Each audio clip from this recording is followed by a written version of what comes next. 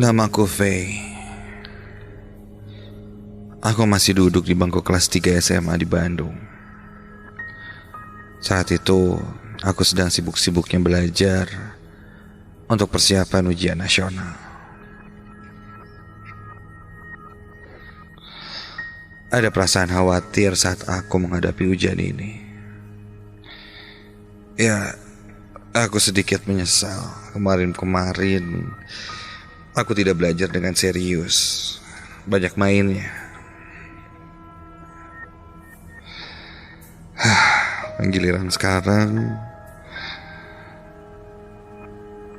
sudah dekat dengan ujian nasional.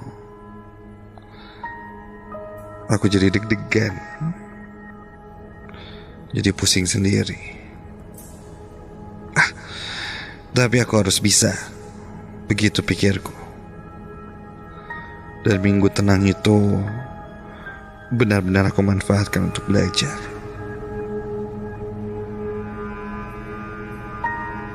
Rumahku berada di daerah Kopo, dekat dengan ruko dan jalan raya. Hiruk-pikuk jalanan di sekitar rumahku itu membuatku susah berkonsentrasi belajar. Hingga akhirnya aku meminta izin ibuku untuk sementara menginap di Soreang. Di Soreang sana, aku memang ada satu rumah. Bisa dibilang rumah itu memang kosong karena dipakai untuk investasi, kadang juga dikontrakan. Kebetulan saat itu sudah lama tidak ada yang mengontrak di sana.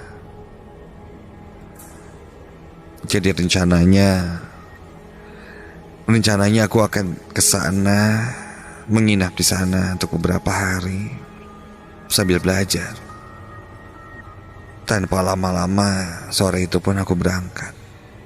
Setelah menyiapkan baju dan buku-buku pelajaran, sekitar jam 4 setelah asar, aku pun berangkat ke Soreang dengan motorku. Memang rumahku yang satu itu agak jauh ke pedesaan, membuat rumah itu jauh dari keramaian. Dan kupikir suasana yang cocok untuk aku belajar.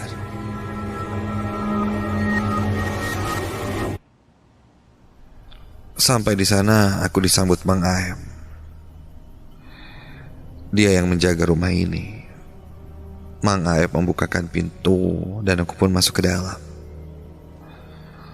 Begitu masuk ada ruang tamu, lalu kamar yang ada di depan sana. Total ada 4 kamar, dan 1 kamar mandi juga dapur. Dan halaman depan juga halaman belakang. Selama aku tinggal, aku hanya mengambil kamar yang paling depan saja, biar ada jendelanya juga. Jendelanya mempunyai kaca yang cukup besar dengan pemandangan yang bagus. Sawah, juga ada gunung di depanku itu. Mang Aep nampaknya sudah membersihkan rumah itu terlebih dahulu sebelum aku datang. Kaca jendela ini nampak sangat bening, dan lantai pun tersapu rapi. Juga tempat tidur yang sudah terpasang spray yang wangi. Mang Aep nuhun ya. Ntar kalau saya butuh apa-apa, saya ke rumah Mang Aep aja. Nuhun Mang Aep. Begitu kataku. Mang Aep pun pamit. Rumahnya dia tak jauh dari situ. Ya, mungkin tak sampai 5 menit sudah sampai. Aku pun duduk di teras depan. Kulihat ada anak-anak kecil sedang bermain layangan di dekat sawah. Seru sekali pikirku. Jauh sekali dengan pemandangan kota yang sudah serba gadget dan digital. Aku pun mulai membuka buku dan belajar sambil menikmati suasana sore itu.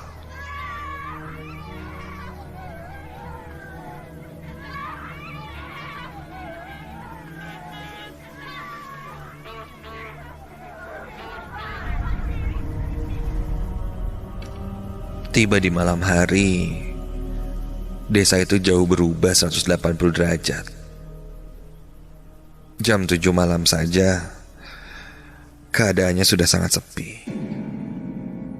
Kulihat keluar semuanya gelap. Memang penerangan jalan di sini belum ada. Gila nih, kalau malam sepi banget. Beda kayak tadi.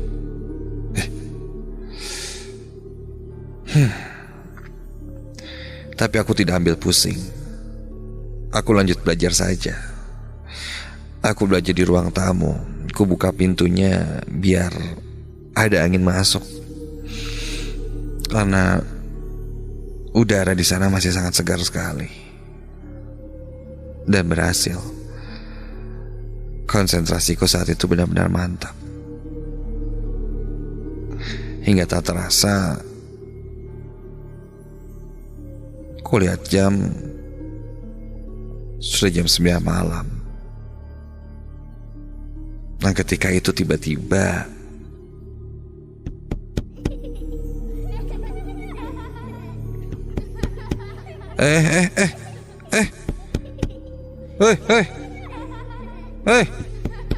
Jang,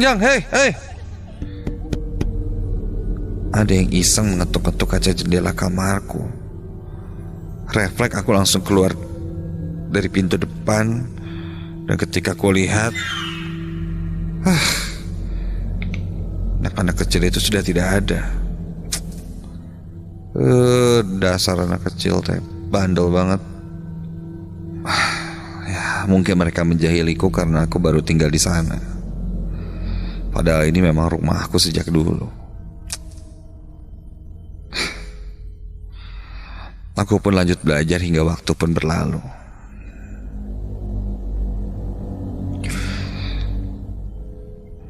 Esok paginya aku bangun. Aku langsung keluar rumah. Dan segar sekali udara pagi itu. Benar-benar sejuk. Memang yang ku tahu tak jauh dari rumahku itu adalah daerah Ciwidey. Ada kebun stroberi dan lain sebagainya.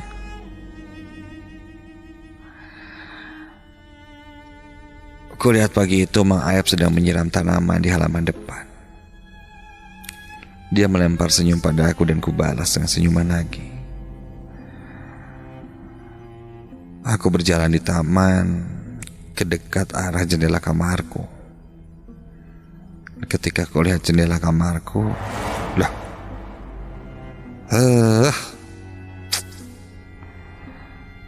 jendela kamarku yang kemarin bersih dan kinclong itu sekarang sudah buram dengan tapak tangan anak-anak kecil yang menempel, menumpuk, mengotori kaca jendelaku itu. Banyak sekali tangannya.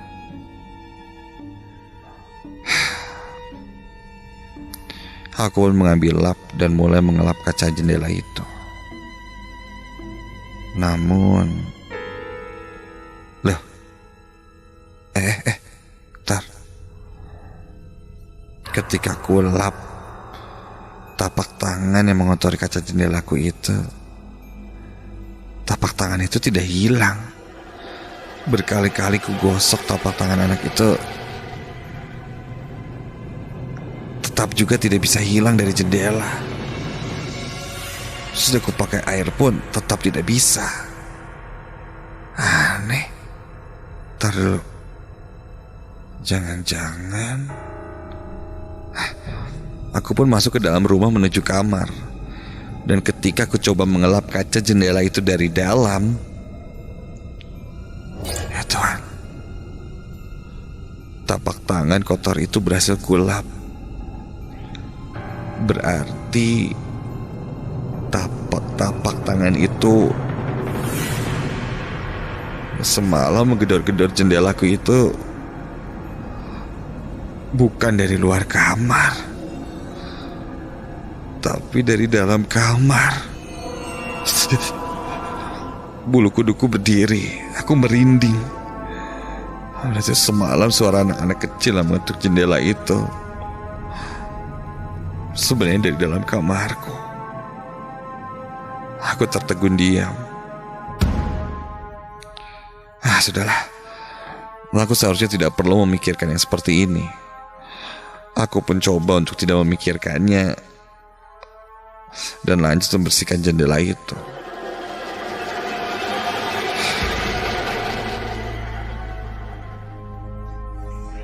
Singkat cerita, aku pun lanjut belajar hingga kulihat jam menunjukkan jam 8 malam. Aku mulai terasa mengantuk. Seharian tadi aku belajar cukup serius, membuatku capek dan sedikit pusing. Aku rebahkan diriku di sofa ruang tamu.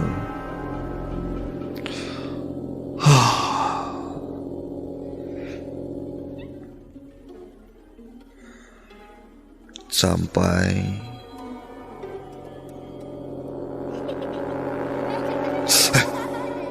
astaga, aku terbangun lagi mendengar ada yang berlarian di dalam rumahku. Aku coba melihat ke ruang tengah.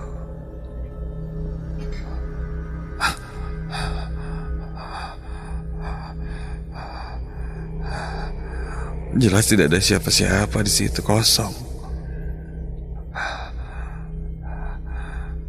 Kudengar suara itu dan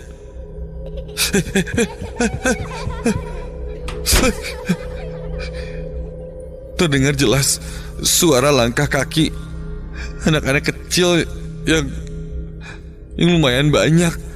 Dan kulihat pintu kamar mandi pun tertutup sendiri, seperti ada yang masuk ke dalam kamar mandi itu. Aku terhenyak kaget, tak percaya dengan apa yang kulihat itu. Sampai, ya Tuhan, pintu kamar mandi itu kini seperti dimainkan, terbuka tutup sendiri. Sontak aku langsung berlari masuk ke kamarku dan menutup pintu kamar. Kini jelas sekali di rumahku itu aku tidak sendirian.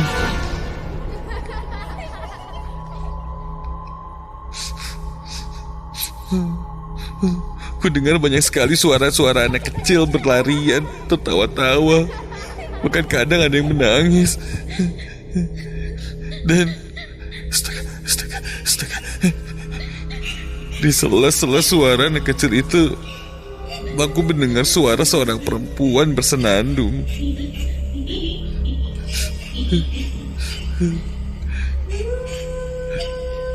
Dari bawah sela-sela pintu kamarku itu bisa kulihat ada bayangan orang lalu lalang.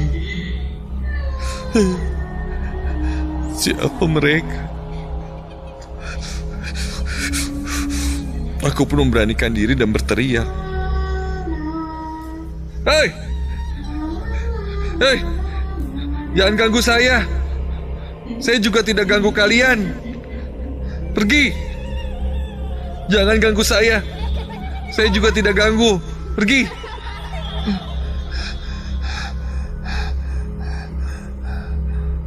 Seketika setelah aku berkata seperti itu, suasana pun kembali sepi.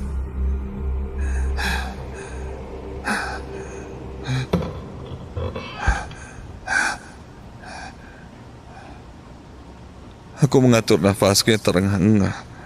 Jantungku masih berdetak kencang seperti mau copot.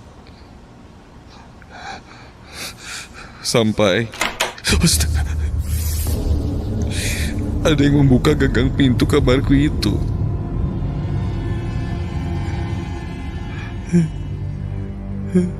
Dan perlahan-lahan kulihat ada sebuah tangan dengan kuku yang panjang.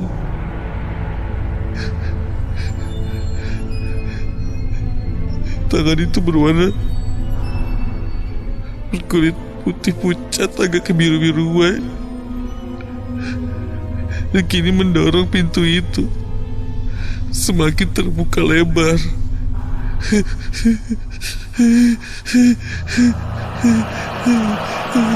Dan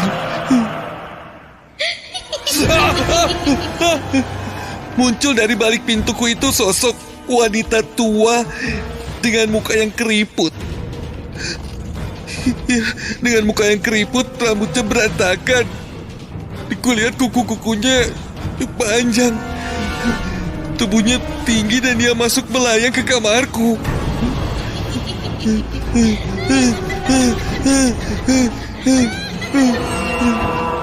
Tubuhnya terlihat sangat jelas dengan salah satu bagian tubuhnya yang panjang dan menakutkan. Dia melotot melirikan matanya ke kiri dan ke kanan sambil menganga, tertawa sangat menakutkan. Aku pun langsung berlari keluar kamar dari rumah itu. Aku langsung berlari menuju ke rumah Mang Aep yang tak jauh dari rumahku itu, dan aku langsung gedor rumah Mang Aep. Mang Aep, Mang Aep, buka Mang Aep, buka Mang Aep, tolong Mang Aep. Mang Aep pun keluar dan menenangkanku. Lantas aku pun menceritakan apa yang kualami malam itu. Mang Aep berkata yang kulihat semalam itu adalah sosok Wewe Gombel. Dan anak-anak yang kudengar itu adalah anak-anak yang dirawatnya. Wewe Gombel itu hantu yang suka menculik anak-anak, tapi tidak mencelakainya. Konon anak yang diculik biasanya adalah anak-anak yang ditelantarkan dan diabaikan oleh orang tuanya. Dia membawanya lalu merawatnya. Biasanya dia menculik anak-anak kecil itu di kala maghrib. Makanya ada satu mitos yang bilang bahwa pamali jika anak kecil masih keluar di saat maghrib, nanti diculik Wewe Gombel.